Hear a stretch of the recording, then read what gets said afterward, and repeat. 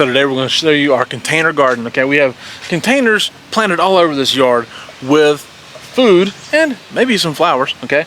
But they're everywhere, up here on the patio and down here in the middle especially. Actually, that's probably about it. But we'll show you all we got growing in containers today, like these green stalks right here, which are awesome, by the way. We got some green beans planted in them. Some have been ate on, like normal. These are little grasshopper bites. Oh, look, we also have Angela Kay plants these 4 o'clocks, these flowers. They're stinking beautiful. They're not popped open yet, it's too warm, but they're awesome. They're beautiful as heck. We do have some pictures of them. Maybe we'll shove them up there on the screen for you. The beans growing all through here. There's some herbs growing. Basil is a little light in color, but it's doing okay. Basil and some parsley or cilantro. More beans growing over here. These are a little light on color. I'm not sure what's going on there. Maybe need some nitrogen of some kind. But more beans. This has been ate on too. These are Blue Lake bush beans, by the way. Down here, these Tom Thumb peas, they're done. It's over. They're crispy. Time to pull them out. Oh, look. Cucumbers over here. And this green stalk. These aren't on, this is not on the spinner. It needs to be on a spinner. And then more beans down here. More beans growing. Yes, we love growing green beans, but that's exactly what we're talking about using the green stalks in the best manner possible. Is when you grow something in them, obviously you get to come back and plant more things in them throughout the season. Blue Lake bush beans are great. Works in them wonderful. Only takes about 2 months to, from seed germination to harvest. So you get plenty of time to get more stuff in and out, right? Beautiful pot of fresh rosemary. Look at that. It's doing really good. Fresh rosemary is amazing. Smell.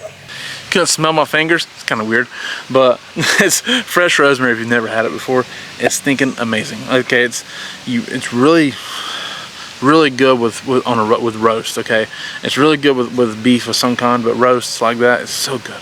And it's where dried rosemary is kind of prickly. You get the dried rosemary in the bottles in the store. They're kind of prickly and hard, whatever. Fresh rosemary is not prickly in the slightest. It's kind of piney and sticky. You just cut it by the sprigs and throw it in with what you're cooking. It's so amazing. So amazing, okay? Everybody should grow some fresh rosemary. We also have these 2 beds full of carrots. This one and this one. And they're growing carrots. Look at this. Hey, look. See it? Carrots. Keep it covered. Cover them over. Don't want any light to get on them. But they've got carrots growing all through here. And this one over here. We love us some fresh carrots. They're so amazing. That's one thing that I wish people could do a little more of, is grow carrots. They're simple, fairly simple. I think if you were to have a easy to hard scale, it would be kind of in the middle, because it can take some time. But in the same way, they're just delicious. It's worth it, right? We really enjoy planting them, those planters, by the way, because it keeps them up waist high, and it's easier to thin out the ones if you've planted too many seeds in there, which is very easy to do. It's easier to thin those out and kind of work on the carrots that way. Now let's look at the containers down here in the middle. A couple of green stalks that are full of those peas again, and they look like they're trying to regenerate, but they're not. Don't do it. They're fried. It's over. I'm going to replant them with some green beans here soon. That one and this one. And look at these potatoes. Whew. Wow. Honestly, they got so tall they fell over. Being real, you couldn't keep them upright that long. But you see they're still trying to grow. They're still growing. This little brown right here, it's not anything crazy. It's just kelp meal. Okay, that's just kelp meal that I've used to fertilize them. Kelp meal is actually green, but after you water it, it turned brown. It's okay. It's not a big deal. It's not Angela's afraid of some kind of fungus. I said, no, it's just some kelp meal. It's okay. But it's fine. Sweet potatoes are going nuts. 6 25-gallon bags full of them right here. Vining out everywhere, bushing up. They're looking awesome. They've been doing fantastic. We're excited about it.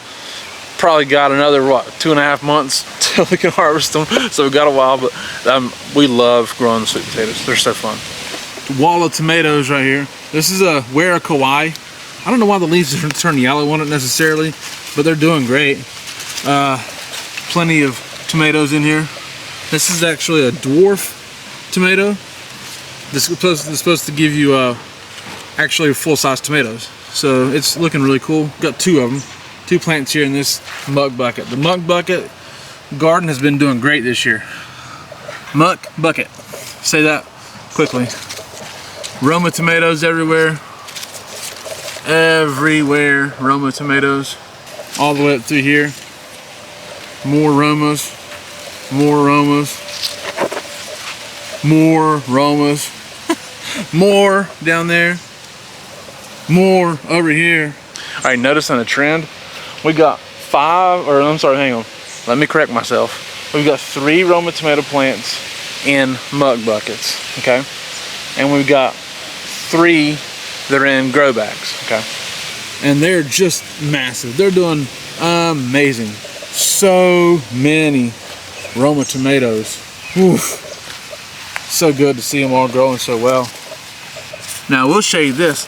We've got so many growing that some of them are getting this blossom end rot, okay? See that? That's terrible. The reality is what's happened is they're growing so many they can't support all the tomatoes. That's my firm belief on it, because I put bone meal in the bags in the dirt when we planted them, and plenty of bone meal of that. It needs calcium. That bone meal is good for calcium. They're putting out so much. I mean, heck, maybe they need more, but I put quite a bit in there. So I actually went back and put some more bone meal in them yesterday as I was watering them. And it's gonna be a slower fix. It's gonna be okay. If you need a fast fix, okay, if you're looking for a fast fix on blossom end rot, okay, and like we don't do this because we try to organic garden.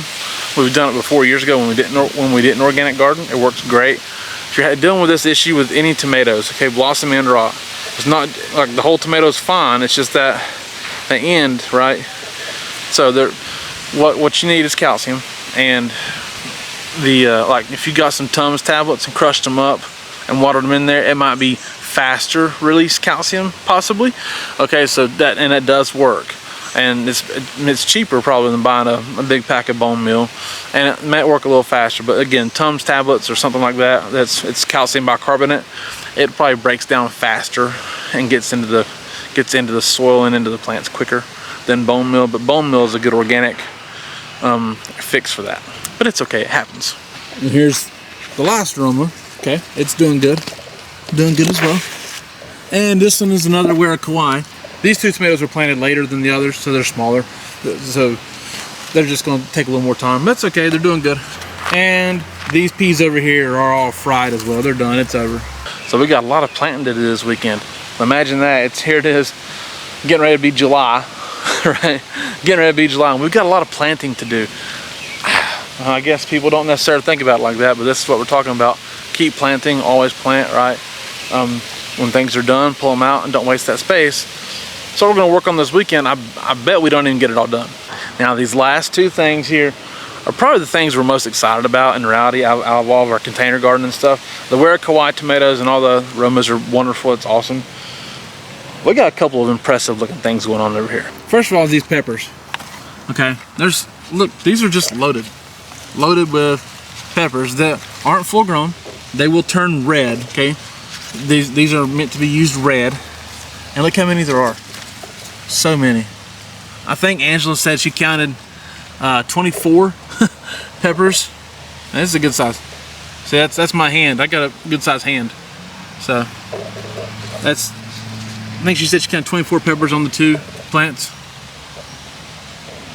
All right, those again, if you watch the in-ground garden tour, these peppers are another Turkish variety. They're called Yalova Yaglik, I think is what it is. Again, you can let them turn red. They're supposed to be just an amazing pepper in general, but massive producing pepper, and I believe it.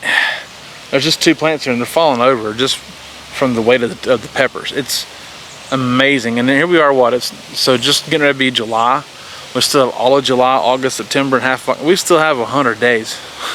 100 days for this thing to produce more peppers. It's going to be massive. And this tells you a lot too about how the plants are doing. Peppers, they get such a strong base, a tree-like base, and this is what this is.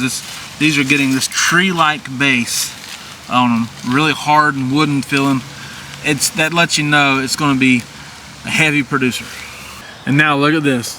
This is the Berries Crazy Cherry tomato plant. Just produces massive amounts of yellow, miniature pear to grape-shaped tomatoes. Just massive amounts of them. Like right here, see? Look at that. Just a crazy amount of tomatoes right there. All over the place. Now you may have heard of that tomato before. It's called Barry's Crazy Cherry. Okay, it is a I think it's a Wild Boar Farms creation, and it is phenomenal. Okay, now if you can see it back here behind me, it is bushed out like mad, and it produces several multiflora stems, I guess what you're going to call it. The multiflora is, so if you on a regular tomato, the stem that comes out has all the blossoms on it. Okay, that's a flora. This is a multiflora. So the stem is going to branch out like crazy. And we're going to say 30 to 50 tomatoes on a branch. I mean, for real. And that tomato plant could produce 1,000 tomatoes this year, no problem. And I'm not exaggerating.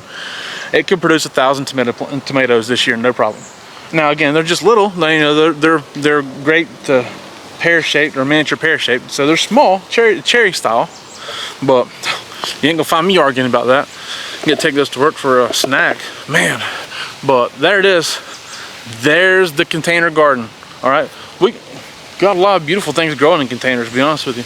They're doing so well. We're so happy with it, and we're so appreciative of you for following along. If you made it this far, we do thank you so much. And but again, thank y'all for watching. We do appreciate y'all. My name is Jason. This is Art of Creation Homestead. We love you. God bless you, and goodbye.